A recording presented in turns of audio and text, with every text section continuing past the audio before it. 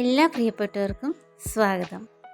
ഇന്ന് നമുക്ക് ഓണം സദ്യ സ്പെഷ്യൽ ഓലൻ തയ്യാറാക്കാം. വളരെ എളുപ്പം തയ്യാറാക്കാൻ പറ്റുന്ന ഒരു വിഭവമാണ് ഓലൻ.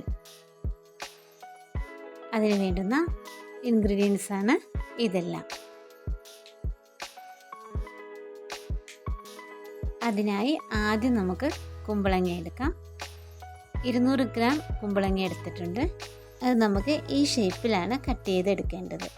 ഇനി ഒരു 50 ഗ്രാം വൻപയർ നമ്മൾ വേവിച്ച് എടുത്ത് വെച്ചിരിക്കുകയാണ്.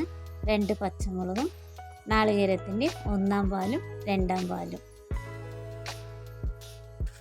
ഇനി നമുക്ക് ചീനിച്ചട്ടി അടുപ്പത്ത് വെച്ച് അതിലേക്ക് മുറിച്ച് വെച്ചിരിക്കുന്ന കുമ്പളങ്ങ ഇടാം. അതിനുശേഷം മുളകും ചേർത്തു. ഇനി നമ്മൾ നാളികേരത്തിൻ്റെ 2-ാം പാൽ ഒഴിച്ചാണ് ഇത് വേവിക്കുന്നത്.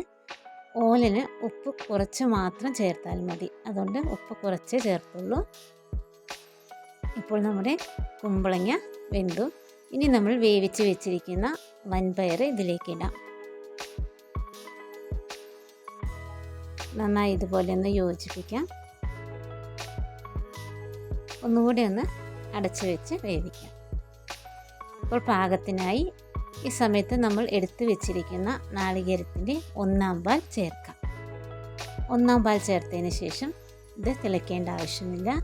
ഇപ്പോൾ നമ്മുടെ ഓലൻ റെഡിയായി. ഇപ്പോൾ നമ്മൾ അതിൻ്റെ മുകളിൽ കുറച്ച് കറിവേപ്പിലയും പച്ച വെളിച്ചെണ്ണയും ഒഴിച്ചു. ഓലൻ കഴിക്കുമ്പോൾ നമുക്കൊരു കൂളിംഗ് എഫക്റ്റാണ് കിട്ടുന്നത്. അപ്പോൾ വളരെ എളുപ്പത്തിൽ തയ്യാറാക്കാൻ പറ്റുന്ന ഒരു വിഭവമാണ് ഓലൻ. എല്ലാവർക്കും ഇന്നത്തെ വീഡിയോ ഇഷ്ടമായി എന്ന് കരുതുന്നു.